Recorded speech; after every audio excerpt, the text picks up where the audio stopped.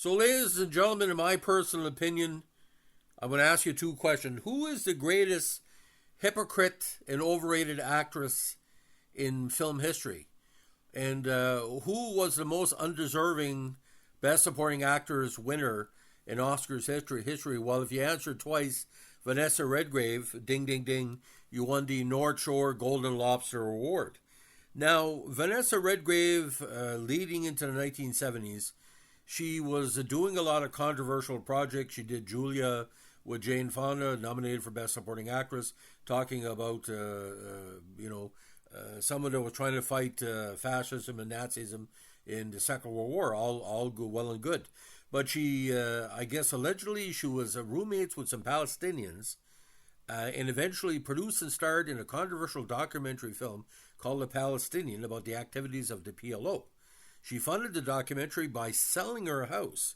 Now, the Anti-Defamation League's honorary chairman criticized the film, highlighting that some of the responses of the people she interviews were not translated from Arabic, that the film showed children training with guns, and that the phrase "kill the enemy" kept being repeated. The president of the Actors Equity of the United States criticized the film's interview with the chairman of the PLO, Yasser Arafat, in which he said that the only solution to the Middle East problem is a liquidation of the State of Israel, and Redgrave responded with, certainly. Now, in June 1978, at one theater showing the film, a bomb exploded, causing damage to property, but screening of the film resumed the following day. Now, 2 months later, a Jewish Defense League member was convicted of the bombing and sentenced to a three-month thorough psychological examination with the California Youth Authority.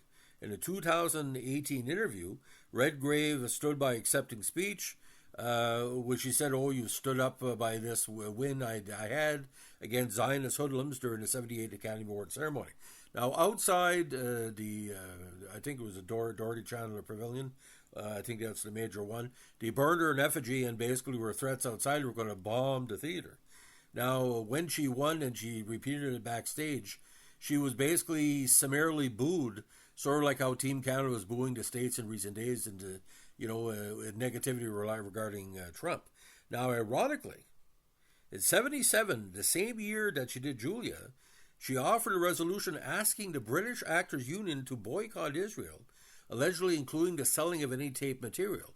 The resolution was reportedly not brought to a vote. Now, this is where it gets doubly freaky.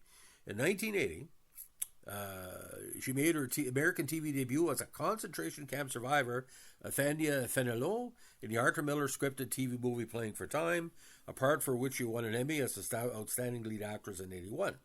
The decision to cast Redgrave as Fenelon was, however, a source of controversy. In light of Redgrave's support for the PLO, Fenelon herself and the Jewish groups the Simon Wiesenthal Center, the Anti-Defamation League, and the American Jewish Congress objected to Redgrave's casting.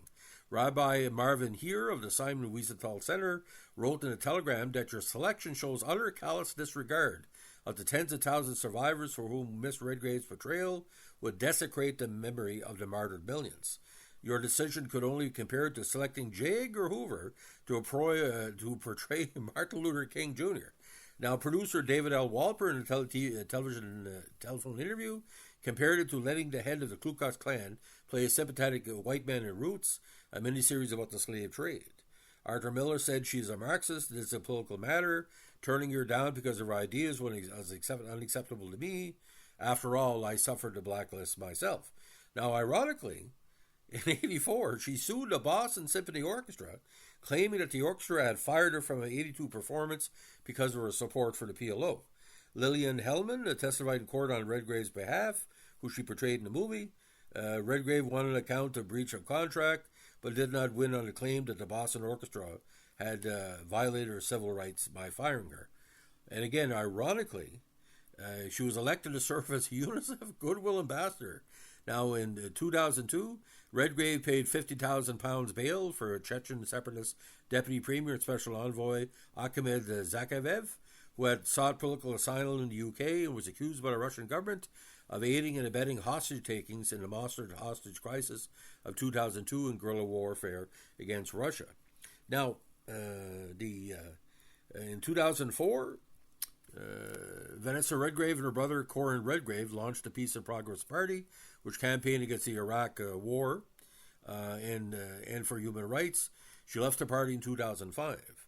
Now, an outspoken critic of the war on terrorism, even though she was supporting the PLO.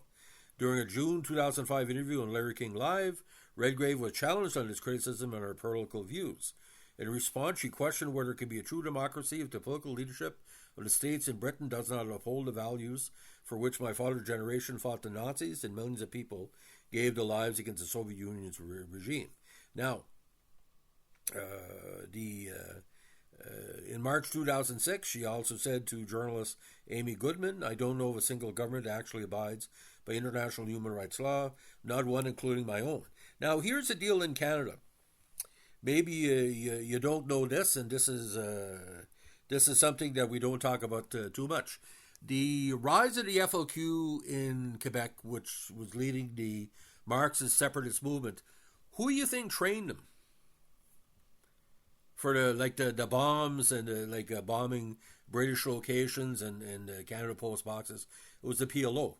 So Vanessa Redgrave was going on the stand at the Oscars and saying basically, okay, I support the PLO, because she didn't speak out against them. So this lady is a traitor to Canada because the group she helped support, and they were still helping the FLQ back in the 70s, 1977, was after the first Parti Québécois win. They were in the government.